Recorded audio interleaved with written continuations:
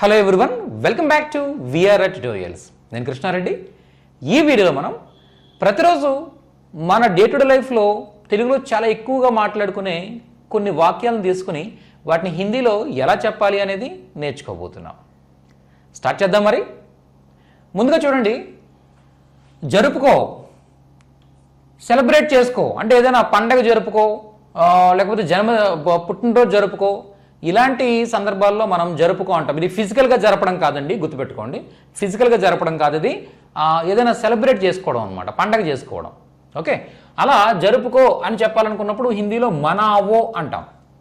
మనావో అంటే జరుపుకో. ఓకే, జన్మదిన్ మనావో, పుట్టినరోజు జరుపుకో. జన్మదిన్ మనావో, పుట్టినరోజు జరుపుకో. దీవాలి మనావో, దీపావళి జరుపుకో. సో ఇలా జరుపుకో, సెలబ్రేట్ చేసుకో అనే అర్థంలో మనం మనావో అని యూజ్ చేయొచ్చు. అదే జరుపుకోవద్దు అని చెప్పాలనుకున్నప్పుడు మత్. మత్ మత్ అంటే వద్దు అనే అర్థంలో మనం తీసుకోవచ్చు అనమాట. మత్ అంటే అర్థం ఏంటి? వద్దు అనే అర్థంలో మనం తీసుకోవచ్చు. మత్ మనావో, జరుపుకోవద్దు.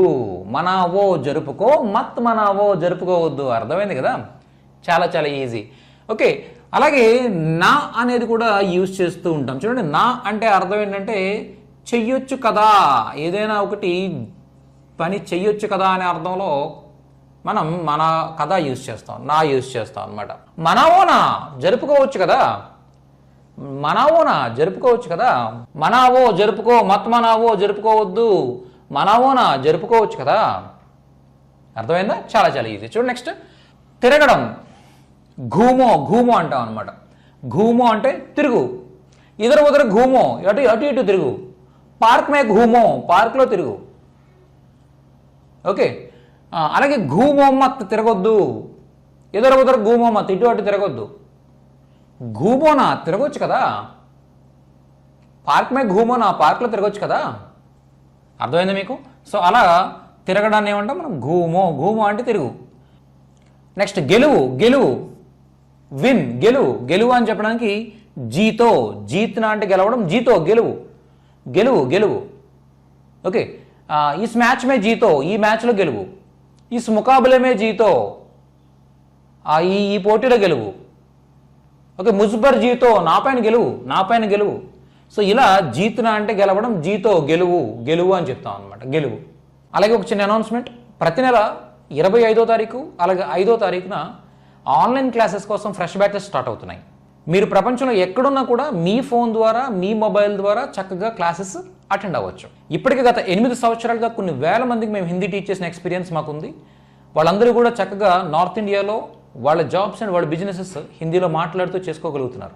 ఆన్లైన్ క్లాస్ ఒక డెమో సెషన్ అటెండ్ అయిన తర్వాత మీరు డెసిషన్ తీసుకోవచ్చు. డెమో సెషన్ కోసం ఇక్కడ కనిపిస్తున్న నెంబర్స్కి కాంటాక్ట్ చేయండి. నెక్స్ట్, మత్ జీతో, గెలవద్దు. ఈ మ్యాచ్ మే మత్ జీతో, ఈ మ్యాచ్లో గెలవద్దు. జీతోనా, గెలవచ్చు కదా.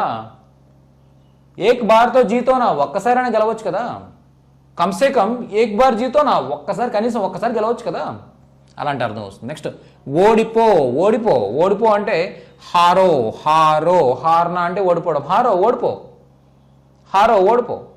హారో మత్, ఓడిపోవద్దు. హారో మత్, ఓడిపోవద్దు. హారోనా, ఓడిపోవచ్చు కదా. తుమ్తో హారో, నువ్వైతే ఓడిపో. ఇలా ఓడిపోవడం గురించి మనం మాట్లాడుతాం అనమాట. నెక్స్ట్, ఉతకడం. ఉతుకు. ఉతుకు. ధోలో. ధోలో అంటే ఉతుకు. ఉతుక్కో, ఉతుకు అనే అర్థంలో ధోలో. ధోలో. మత్ ధోలో, ఉతుక్కోవద్దు. యహ కపడే మత్ ధోలో, ఇక్కడ బట్టలు ఉతుక్కోవద్దు. బట్టలు ఉతకొద్దు. అర్థమైందా? ధోలోనా, ఉతకొచ్చు కదా. ఉతకొచ్చు కదా. క్లియరా? నెక్స్ట్, నమస్కారం. నమస్కారం. నమస్కారం చేయాలనుకున్నప్పుడు హిందీలో నమస్తే అంటాం. నమస్తే ఆప్ సభీకో అంటే మీ అందరికీ నమస్కారం. నమస్తే, మై హూ కృష్ణారెడ్డి. నమస్తే, నేను కృష్ణారెడ్డి. నమస్తే దోస్తం, నమస్కారం స్నేహితులారా.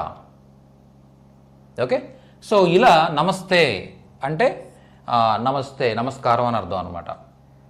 ఓకే, నెక్స్ట్, పరిగెత్తు. పరిగెత్తు. పరిగెత్తు. దౌడో. దౌడ్నా అంటే పరిగెత్తడం. దౌడో, పరిగెత్తు. దౌడో మత్, పరిగెత్తొద్దు. దౌడోనా పరిగెత్తొచ్చు కదా, దౌడోనా పరిగెత్తొచ్చు కదా. అర్థమైందా? సో ఇలా దౌడ్నా అంటే పరిగెత్తడం. నెక్స్ట్ జాగ్రత్తగా, జాగ్రత్తగా ఏదైనా ఒక పని జాగ్రత్తగా చేయమని చెప్పాలనుకున్నప్పుడు ధ్యాన్సే అంటాం. ధ్యాన్సే, ధ్యాన్సే దౌడో జాగ్రత్తగా పరిగెత్తు, ధ్యాన్సే దౌడో జాగ్రత్తగా పరిగెత్తు. జాగ్రత్త, జాగ్రత్తగా పరిగెట్టు, జాగ్రత్తగా పరిగెట్టు. ఓకే, జాగ్రత్తగా నడు, ధ్యాన్సే చలో, ధ్యాన్సే చలో, జాగ్రత్తగా నడు. ఓకే, సో ఇలా మనం ధ్యాన్సే అంటే జాగ్రత్తగా అనే అర్థంలో మనం తీసుకోవచ్చు అనమాట. నెక్స్ట్ ఏదైనా ఎవరైనా ఏదైనా చెప్పినప్పుడు అవును అని చెప్పాలనుకున్నప్పుడు హా అంటాం హిందీలో. అవును, అవును, హా, హా, హా అంటే అవును.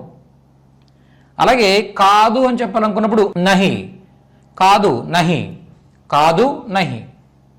ఓకే, సో ఈ విధంగా మనం ఒక ప్రతిరోజు మనం మాట్లాడే ఒక 10 పదాలు మనం నేర్చుకోవడం జరిగింది. ఒక 10 పదాలు నేర్చుకుంటేనే మనం ఎంత కొంత నేర్చుకున్నాం అన్న ఫీల్ మనకు వచ్చింది కదా. అదే మనం ఒక 3000 వాక్యాలు నేర్చుకుంటే ఎంత మాట్లాడవచ్చు, ఎంత నేర్చుకోవచ్చు కదా. సో ఇలాంటి ఒక 3000 వాక్యాలున్న 100 రోజుల్లో హిందీ నేర్చుకుందాం అనే బుక్ మన ఇన్స్టిట్యూట్ నుంచి అవైలబుల్గా ఉంది. ఇప్పటివరకు మీరు ఈ బుక్ తీసుకున్నట్టయితే ఆర్డర్ ఇవ్వడానికి ఇక్కడ నెంబర్స్ కనిపిస్తున్నాయి. ఈ నెంబర్స్ని వాట్సాప్ ద్వారా కానీ డైరెక్ట్ కాల్ ద్వారా కానీ కాంటాక్ట్ చేయండి. మేము మీకు భారతదేశంలో ఎక్కడున్నా కూడా మేము మీకు బై పోస్ట్ పంపించగలుగుతాం, పోస్ట్ ద్వారా పంపించగలుగుతాం. లేదు మీరు వేరే కంట్రీస్లో ఉండి ఈ వీడియోస్ చూస్తున్నా కూడా మీరు చక్కగా ఈ బుక్ని పీడిఎఫ్ రూపంలో తీసుకోవచ్చు. పీడిఎఫ్ ఫార్మెట్లో కూడా ఈ బుక్ అవైలబుల్గా ఉంది.